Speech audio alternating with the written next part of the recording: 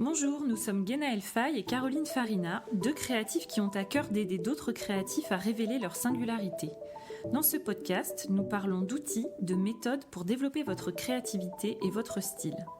Que vous soyez en lancement d'activité ou déjà lancé, vous trouverez dans ce podcast des clés pour avancer plus sereinement dans votre pratique et vous différencier par vos créations.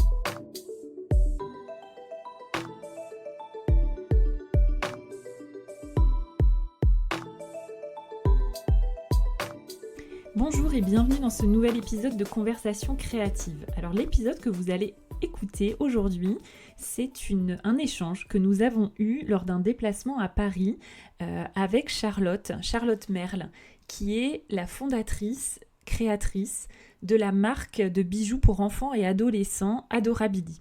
Ça fait 7 ans que Charlotte a cette marque et c'est vraiment un profil de créatrice, créative, hyper prolifique, qui a 1000 idées à la minute et qui est dans une forme d'impatience d'agir sur toutes les idées qu'elle a avec une difficulté à choisir et à abandonner. Et quand elle a rejoint notre accompagnement, le programme Singularité dans Opal, elle raconte aussi ce que ça lui a apporté concrètement et comment elle a réussi à s'ancrer davantage, à canaliser ses idées, à recentrer ses projets vers des directions. Et ça, c'est passé pour elle par tout un chemin de devenir plus intentionnelle sans perdre toute sa créativité. On a parlé aussi de la peur justement de perdre ce qui fait sa force, c'est-à-dire cette créativité débordante en se structurant. Et comment justement elle a réussi à le faire et puis à poser une vision plus ambitieuse, à poser des actions qui lui permettent de développer aujourd'hui beaucoup plus sa marque en ayant fait la paix, on va dire, avec ce sentiment d'éparpillement et ce besoin de vouloir agir sur toutes les idées qu'elle a. En tout cas, j'espère que cet épisode va vous plaire autant qu'on a eu de plaisir à l'enregistrer. Donc je vous laisse en notre compagnie écouter l'échange. Hello. Alors là on est toutes les deux avec Charlotte qui est créatrice de bijoux. Je vais la laisser se présenter. En tout cas je suis ravie Charlotte de te recevoir sur le podcast. Merci, écoute, moi aussi je suis ravie d'être là. Alors moi j'ai une marque de bijoux donc au départ destinée aux enfants et aux adolescents qui s'appelle Adorabili. Moi je m'appelle Charlotte Merle, je suis à la base directrice artistique et graphiste, enfin ce sont mes études donc j'ai fait plutôt des arts appliqués. Et j'en dis un peu plus sur la marque. Alors la marque au départ c'est une histoire d'amitié parce que je l'ai fondée avec une amie qui s'appelle Héloïse Fiorentino qui elle est créatrice de bijoux et qui a fait une école de joaillerie. Et donc c'est une de mes meilleures amies et en fait on a eu envie d'avoir un projet commun et j'ai eu mes filles par ailleurs en même temps qui sont maintenant un peu plus grandes mais voilà et j'avais donc ce besoin parce que je ne trouvais pas des bijoux fins plutôt et destinés aux enfants sans être quelque chose de grossier. Voilà, c'est plutôt ça au départ qui a motivé, c'est l'amitié et le fait d'être mère. Ok. Voilà. Ça fait combien de temps que tu as cette marque ? Ça fait maintenant presque 7 ans. Ok, ça marche. Nous, on avait envie vraiment de te recevoir aussi parce que déjà, on aime ton énergie, on aime ta personnalité et surtout, ça se retranscrit beaucoup dans ta communication. Tu es assez présente sur Instagram et ça se communique beaucoup dans ton univers de marque. Mm-hmm. Et il y a comme un très bon fit entre qui tu es et ce que tu fais. Et nous, c'est vraiment ce qu'on accompagne à faire aussi au quotidien. Et donc, c'est intéressant pour nous de te questionner un petit peu là-dessus. C'est là-dessus que j'ai envie d'amener l'échange. Qu'est-ce que tu pourrais nous partager justement sur l'importance que tu accordes à cet univers-là que tu as su créer, que tu crées En fait, au départ, l'univers de marque fait partie un peu intégrante de l'univers, de tout l'univers en fait. En fait, elle m'aide à poser mes collections, mes créations. Je les imagine déjà visuellement en fait. Moi je suis un peu, on a vu ça même d'ailleurs avec l'accompagnement, je suis une finisseuse. J'aime bien quand c'est déjà, quand c'est fini, en fait je le vois en fait. T'as la vision. J'ai la vision de mes produits finis, j'ai la vision de ce que ça peut donner. Et donc c'est un peu pareil pour les collections et les univers, c'est-à-dire que j'imagine pas trop d'ailleurs, je dis les collections, mais c'est des petits mondes à chaque fois que j'essaye de de créer. Et donc, à chaque moment, je crée une histoire autour d'une collection. Et à partir de là, je tisse des liens, je cherche des idées, mais ça va être dans tous les domaines artistiques. Ouais. Donc c'est là où je suis assez curieuse dans la vie. Donc je vais aller voir des expositions, je vais lire des livres. Ça peut être écouter de la musique, voir une pièce de théâtre. Enfin, c'est hyper varié et je me nourris de tout ça. Ouais, tu te remplis en fait de ces constamment. Je suis un peu boulimique de ça, on va dire. Okay. Parce que j'ai besoin de tout ça. Moi, j'ai besoin de voir des choses hyper variées qui vont même avoir parfois rien à voir au départ. Parce que d'ailleurs, j'y vais sans intention. Moi, j'y vais vraiment de manière à être curieuse. Ouais. Et pareil avec les gens, c'est-à-dire que j'ai des rencontres aussi qui me donnent envie de faire des marques. Oui, parce que tu fais des collabs. Je fais beaucoup de collabs parce que ça, j'aime beaucoup.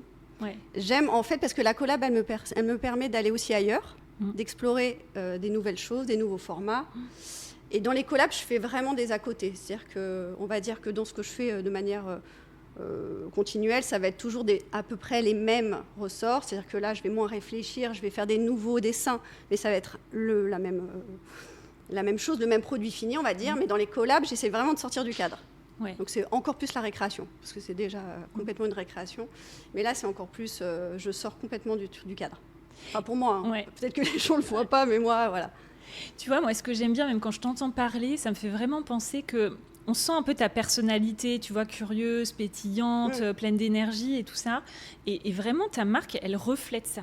Est-ce que tu... Merci. Ouais, mais du coup, c'est pas fait exprès. Enfin, ouais, mais voilà, c'est pas fait exprès. Mais qu'est-ce que tu pourrais nous dire, tu vois, de comment tu t'y prends, comment tu t'y es pris, même si j'entends qu'il n'y a pas beaucoup de choses que tu as fait de façon très consciente ou intentionnelle. Oui, c'est ça. Oui, alors par contre, ça c'est important. Enfin, c'est pas calculé dans le sens où c'est pas une marque. Alors on pourrait l'imaginer, mais c'est pas ultra maîtrisé dans le sens où un an à l'avant, je prévois mes posts ou quoi, pas du tout. C'est quand même, d'ailleurs, il faudrait que je sois un peu plus rigoureuse parce que c'est vraiment très instinctif, ça c'est sûr. Et du coup, je dérive sur ce que tu me demandais. Ouais, c'était plus...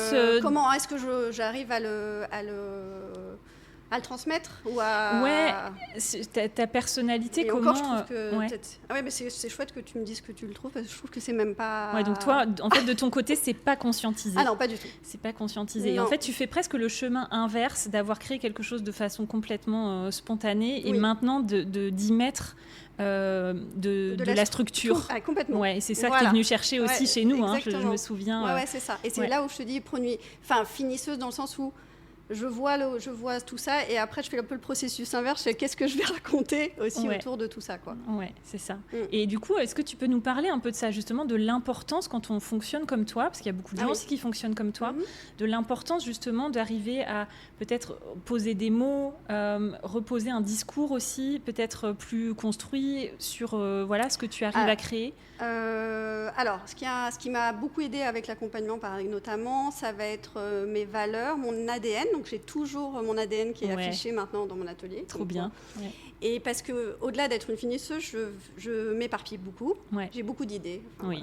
À la minute, j'en ai énormément. Donc, je peux en donner à qui veut. Mais, et c'est surtout que j'ai... Et cet ADN, en fait, en tout cas, cette vision... mes valeurs, tout ce que j'ai envie de transmettre, ça m'aide quand même à déjà me recentrer et à me dire aussi qu'est-ce que j'abandonne. J'avais beaucoup de mal à abandonner des idées, donc j'en abandonne plus. Enfin, en tout cas, je les mets de côté. Je les abandonne pas, mais je les note et je me dis c'est ok, elles existent, elles sont toujours là, mais c'est pas le moment. Donc ça, c'est quand même, ça m'a fait faire beaucoup de tri quand même. Et je vais être plus, je vais sortir moins de choses aussi. Donc moins m'éparpiller. En fait, tout ça, j'ai gagné quand même en rationalité, on va dire, je sais pas comment, c'est plus efficace dans le sens où aussi, pour moi, c'est plus facile de faire des choix, d'avoir fait des choix pour après les développer, c'est aussi plus facile. Enfin, tout est plus facile, même si au départ, c'était quelque chose qui était douloureux. Très douloureux, je me souviens, c'était un des points de douleur d'ailleurs principaux. Mais je ne veux pas lâcher, je ne veux pas choisir, j'ai fait ça. Ouais, je les aime tous. En fait, j'aime tous les projets que j'imagine. C'est vrai que j'ai du mal à les... Et en fait, plus trop. Et alors qu'est-ce que je fais ? Je me laisse beaucoup plus de temps. Parce que ça aussi, je suis hyper impatiente, évidemment, parce que je veux que ça soit rapide et que je vois le résultat très vite. Donc maintenant, je fais et j'attends. je laisse de côté, mais c'est un énorme travail. C'est-à-dire que je laisse de côté, je le laisse comme faire sa vie de son propre côté, et j'attends. En fait, là, j'ai fait une collaboration fin décembre, notamment. Ce que j'ai reçu me convient pas. Enfin, ça va pas justement dans ce que j'ai envie de montrer, vers quoi j'ai envie d'aller. Et ben, elle est dans un carton, je la ressors. Enfin, en fait, et je n'ai pas encore communiqué dessus. Et c'est en train de il y a un processus complètement différent, qui est beaucoup plus long, mais qui est hyper intéressant. Et j'ai une autre collaboration qui va sortir bientôt. Ça fait 1 an que je suis dessus. Ok, donc ouais, ok. Donc... Et je me suis retenue de ne pas la sortir, mais vraiment, hein, c'est-à-dire que c'est vraiment... Alors quand ça va sortir, bon voilà, et ça va être super. Non, ça va être génial. Et je suis encore plus fière de me dire, j'ai attendu, c'est hyper bien, c'est encore beaucoup plus proche de ce que je veux, de mes valeurs. Enfin, tu vois, tout ça, d'avoir posé mes valeurs, enfin, tout ça a fait que c'est mieux, quoi. Enfin, c'est-à-dire, moi, ce que j'entends dans ce que tu dis, c'est aussi que tu perds moins d'énergie. Ouais, c'est-à-dire que tu as comme canalisé, tu n'as pas abandonné les choses, mais c'est que tu as réussi à canaliser plus dans une direction qui est en lien avec ton ADN, qui tu es, tes valeurs. C'est ça, ça m'a permis d'avoir quand même une ligne de conduite, une ligne directrice, enfin une colonne vertébrale, en fait. C'est ça. Et où tu te dis, en fait... Ok, ça arrive parfois, on a envie de sortir faire un pas de côté, se tromper de chemin parce qu'aussi parfois on se plante, mais je peux toujours y revenir en fait. C'est comme le centre aussi, c'est revenir au centre de ce qu'on est et de se dire, est-ce que, mais même pour choisir parfois un présentoir, on en est jusque-là, parce que moi j'adore choisir des présentoirs, je vais dans des brocantes et des trucs comme ça, et je me dis, mais en fait j'adore ça, c'est hyper beau, mais qu'est-ce que ça a à voir avec l'histoire, avec la marque, avec ce que je veux montrer, avec ce que... Donc oui, c'est plus calculé quelque part. C'est plus intentionnel. C'est plus intentionnel. Ouais, c'est plus intentionnel. Donc en fait, tu as fait vraiment ce chemin de... j'ai toute cette créativité débordante qui amène foisonnement de création, de projets et tout. Et j'ai pas abandonné justement toute cette créativité, mais j'ai canalisé en étant plus intentionnelle dans mes choix, dans la façon dont j'organise mes projets. Je pense que c'est une super inspiration pour beaucoup de comme toi, les profils neurodivergents. Et je pense que c'est une bonne inspiration parce que je me souviens, donc toi tu as fini l'accompagnement il y a quelques mois déjà, et en fin d'accompagnement on commençait à aborder aussi ces questions de vision à long terme, mais peut-être de délégation, chose qui était hyper dure pour toi aussi à structurer, à imaginer. Je l'envisage de plus en plus. Ouais, c'était une de mes questions pour toi. Tu vois, c'est comment... Du coup, est-ce que ça t'aide aussi à voir plus loin dans ton ambition, le fait d'avoir réussi à structurer, à être plus intentionnel, sans perdre ce côté foisonnant de qui tu es et de créativité. Est-ce que ça t'amène à voir ta marque de façon plus ambitieuse ? Il y a plusieurs sujets. Je pense qu'il y a le truc de perdre ce qui était foisonnant. J'avais peur en fait de ça, je pense. Et du fait de me rendre compte qu'en finalement j'y perdais pas, enfin en fait j'étais plutôt gagnante dans le sens où je gagnais comme tu disais en tranquillité, en tout cas c'était plus serein parce que j'ai moins de choses, donc forcément moins de choses aussi en tête à penser. Le fait de me dire de me projeter, c'est plus facile. Mais après... C'est quoi ta vision du coup pour aller, je t'embête. Comment tu vois ta marque d'ici, je sais pas, quelques années là.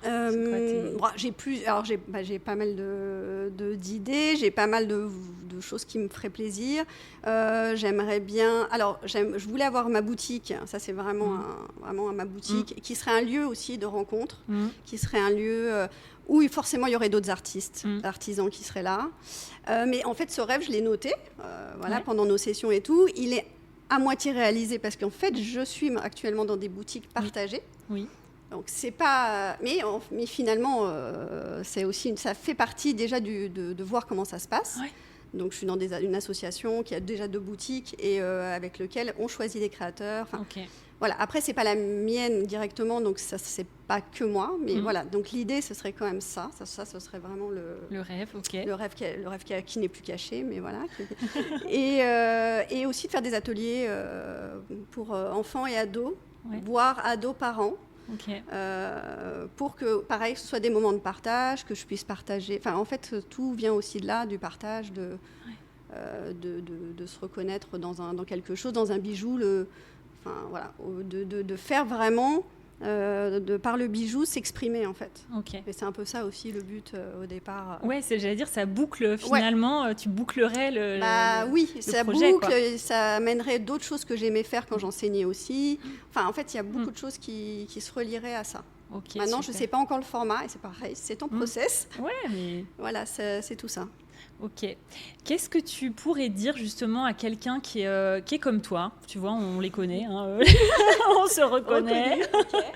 Et qui voit pas en tout cas qui est dans ses peurs de devoir structurer, de devoir mettre de l'intention. Et qu'est-ce que tu pourrais lui dire un peu comme ça de cœur à cœur, je sais par quoi tu passes. Oui, non, mais ça c'est sûr. Voilà, on se reconnaît.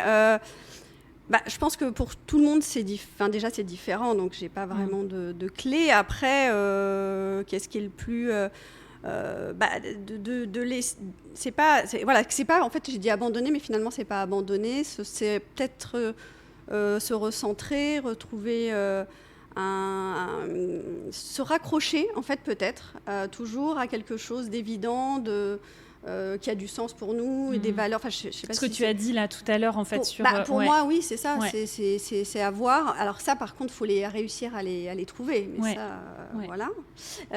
D'avoir ces valeurs et pourquoi on le fait et voilà. Ouais. Donc pour toi, c'est vraiment ça l'élément qui fait que ça. Oui, parce qu'après, faire les choix, abandonner des choses, il faut essayer. Il faut essayer et ça marche et c'est bien. Bon, super. En tout cas, merci beaucoup, Charlotte, pour ton partage, ton énergie. Puis on a hâte de voir cette boutique se concrétiser. Hein Merci à toi. À bientôt. Ouais.